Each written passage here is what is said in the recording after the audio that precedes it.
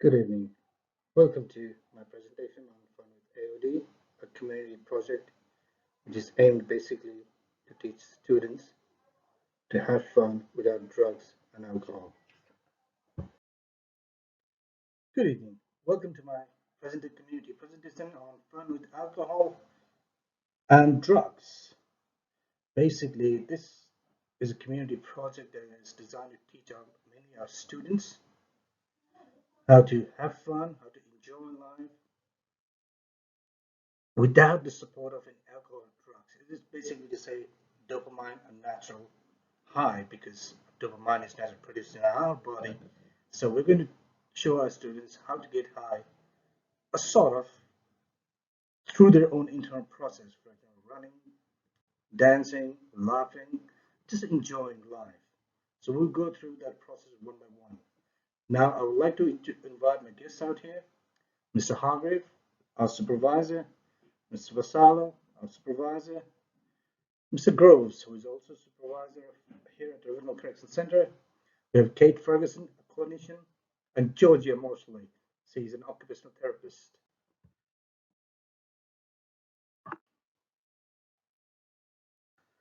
We conduct regular visits at schools. Now,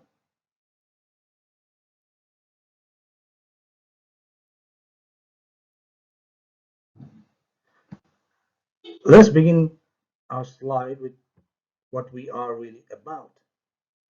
Now, this initiative that we have taken, Fun with AOD, is planned to start in January of 2021, where we want to engage with students from across Victoria, aged between 13 to 17 or 18, depending on up to year 12. Our idea is to conduct regular visits to all the schools and talk to students about the views on AOD. What do you think? What are the views? What do they think that alcohol and drugs is, and how it impacts the society? What impact it can have on them? So we'll be talking about them, and then we'll also be talking about because a lot of kids now, when they get with all their friends, they talk about let's get high and have fun. We want them to, we want to show them how to have fun without support of any artificial chemicals.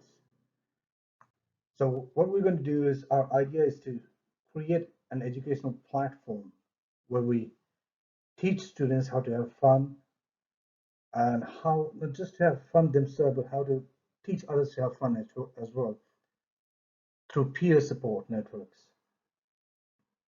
We want to teach students the right way of living. It's a model where they learn about how to be a responsible person. More important, not towards the society, but more responsible towards their own self, which is what this program is designed to do when we hope that more and more kids, rather than taking alcohol and drugs at a younger age, they delay the process should they choose to try one up to their emotional maturity level. And what happens if somebody starts taking drugs once they're emotionally mature, the chances of them being addict are very, very low.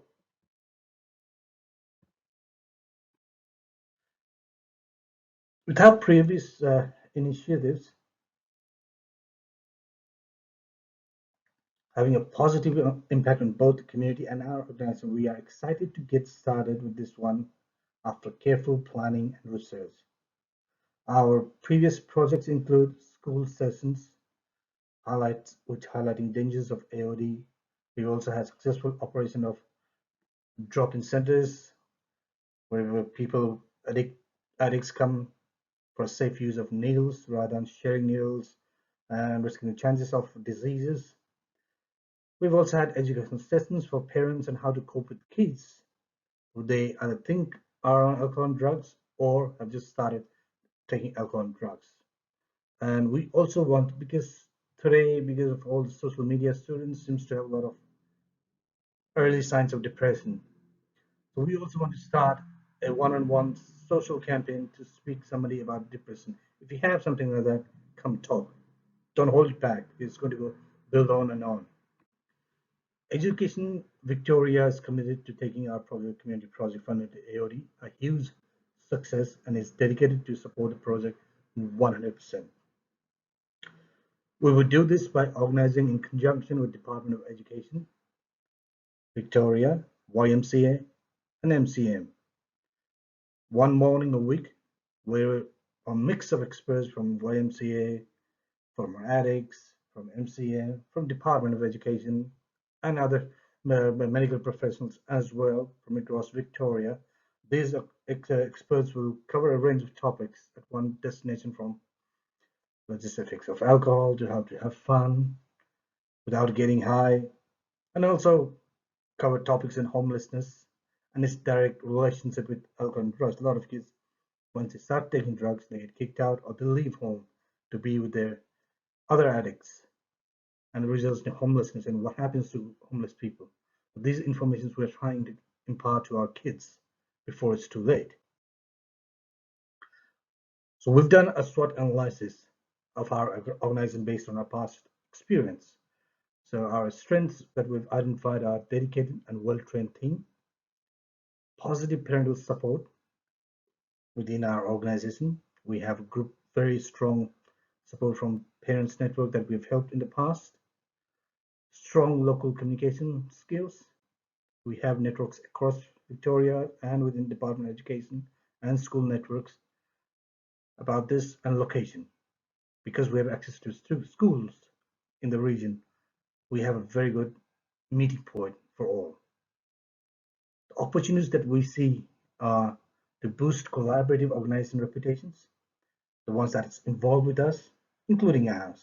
We all work together and we boost our reputation along the way.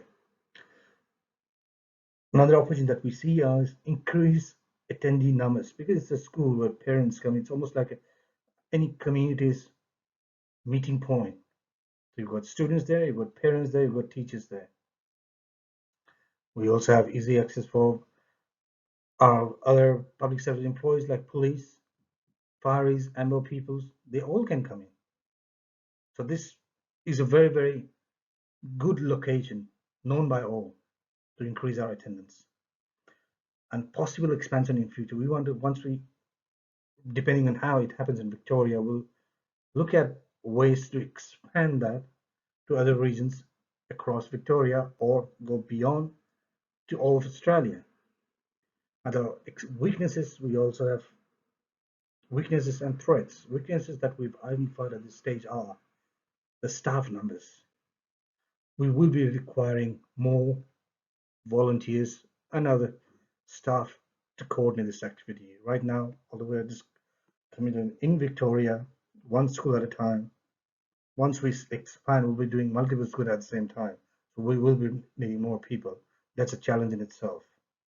Another weakness that we have identified is no collective experience of this scale. None of our experts have done this in this unique way where different minds come together and present it to our students, to our future generations. This is the first of its kind. So it is an uncharted territory. We have to learn from it and get it right. We also don't have any past data correlation in such a project. Nobody has done this before, so we have got no idea how it's going to pan out. But we do have done similar things in past on smaller scales, small projects. So we have taken a calculated risk based on that. We hope it should be fine. If we don't, we'll have to make an improvisation as it comes. Threats that we've identified at this stage are fitting in different schools. They have got their own activities. At the same time, the personnel, the staff from different backgrounds, different organizations, they also have their own jobs and they also have their own schedules. So we will be struggling to find a time where they all will be available at the same time.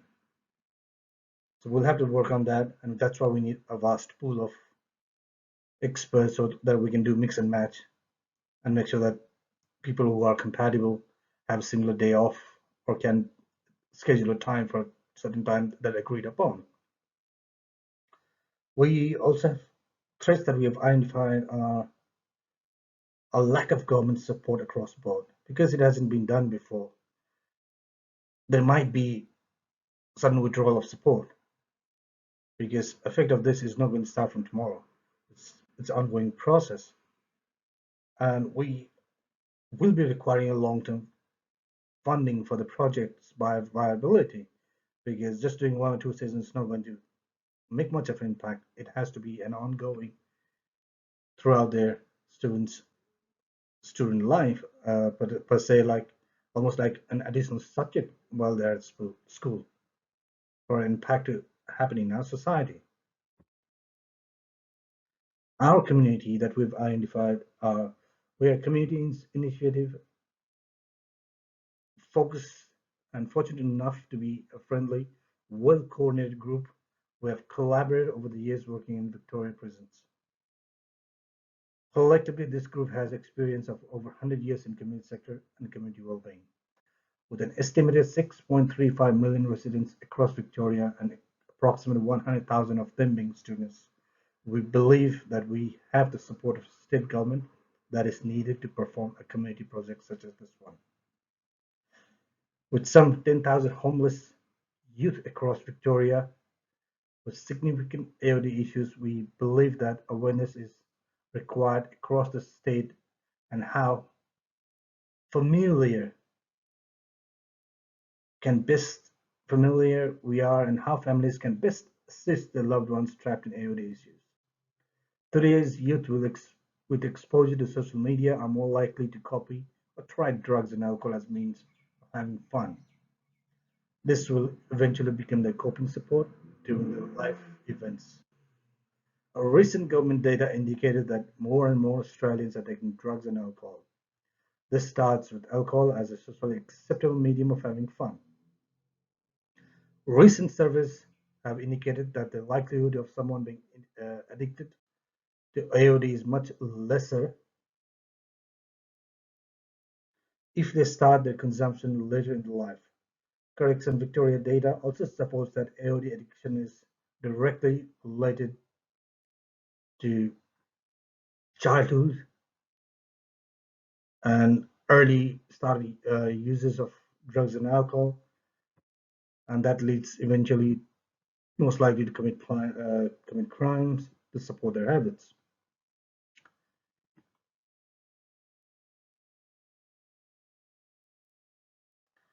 Feedback on our support school initiative plan was sourced from our pre-initiative survey, where need was assessed and parents, teachers, community leaders will approach different people across the board and to express their view on our plan, with 85% of the feedback return being positive that they would like to know more about it and they think it's a good initiative.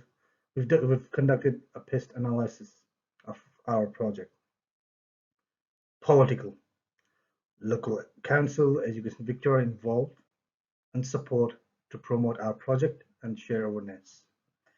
Economical, considering the number of schools and students, financial and logical support will be considered. Social, community well-being, and less stress on other community sectors providers, potential for high social positive impact. And technological, sharing information on social media of the progress of our project and what activities are being shared between the students, parents, and the organizations so that everybody will have access to what we're doing is what to be considered, and that is what is very important in this modern digital era. So what we can do, Fun with AOD can make this community initiative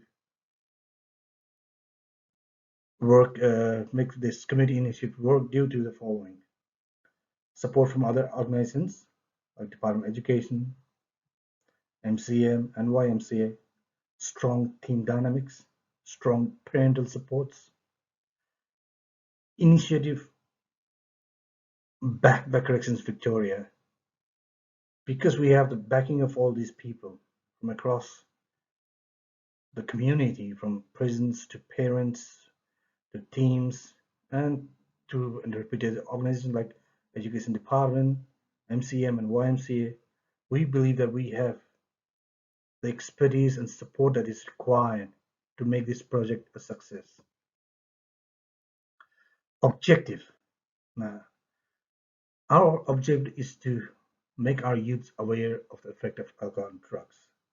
The ultimate objective being to delay the uses of drugs and alcohol by our users, which is what we want. We have all our during our lifetime we've seen posters say no to drugs. It does not work. So what we're trying to say now is let us get our teens, our students, our young people to delay the uses of the drugs and alcohol.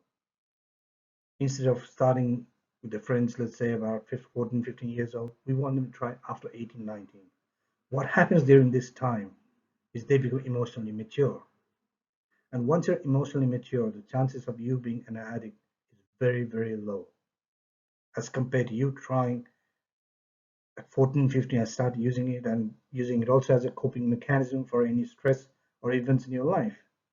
Then you're most likely to be an addict and you may even take to crimes to support your habit. That is what our objective is, to stop that.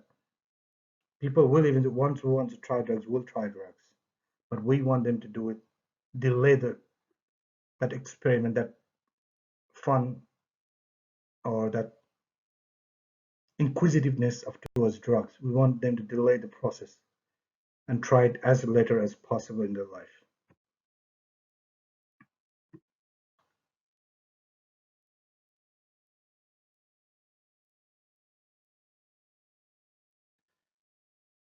The organization that we have working with us to, like I said before, is Department of Education. They will support us through the school venues and financial support, local councils that we operate on, the schools that we approach to. They'll be helping us with our brochures and also with venues. MCM, Melbourne City Mission will help us with the staff, the expertise, their presentation that they've done in the past and with their presentation materials. YMCA will also do the same, like MCM. As you can see from the slide about a communication strategy, we've got from high, medium-high to medium that we expect from different departments depending on the involvement with the projects. If you have a copy with yourself, please go through it. And if you have any questions regarding that, please ask me. I'll be more than happy to answer that. This is a communication chart for that we've done. Basically, is information confidential? Is it necessary? And has it been improved? If not, what are the protocols? But we have to be sensitive about our flow of information. We cannot pass on anything that's prohibited, that's not allowed, or that breaks the protocol, especially when we have government Department of Education involved with us. We have to be careful with what information we pass on.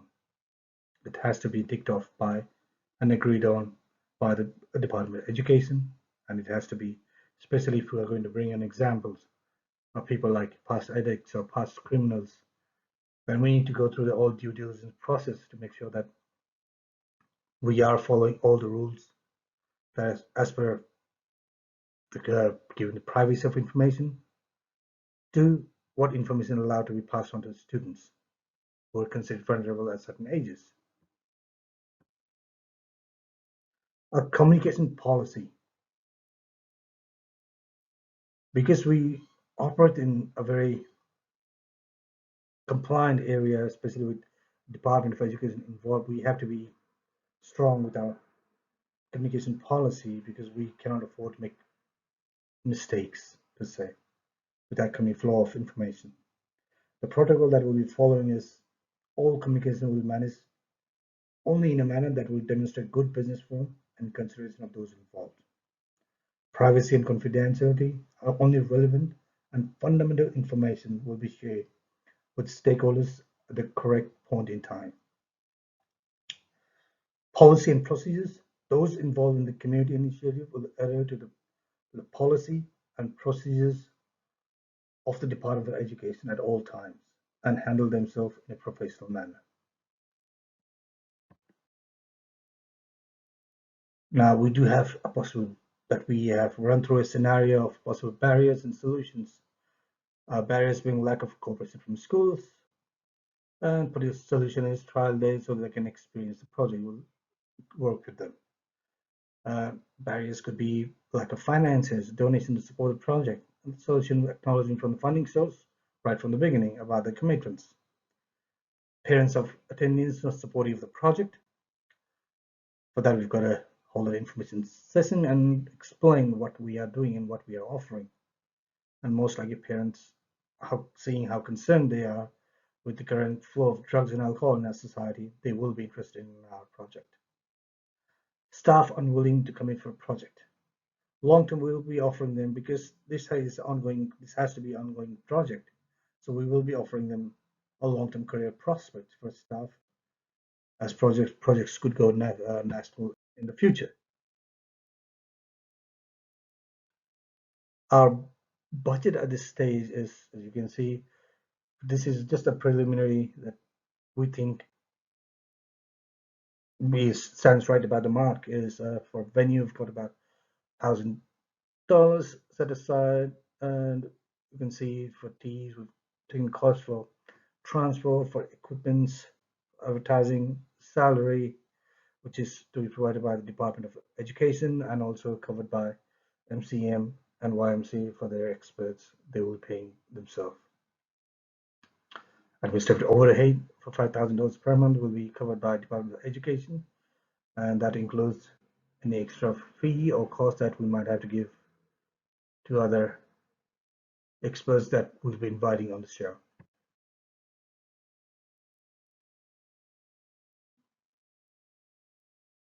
So just to recap our mission, Fun Without AOD's initiative is to initiate community awareness program to the Department of Education across Victorian schools for both students and parents.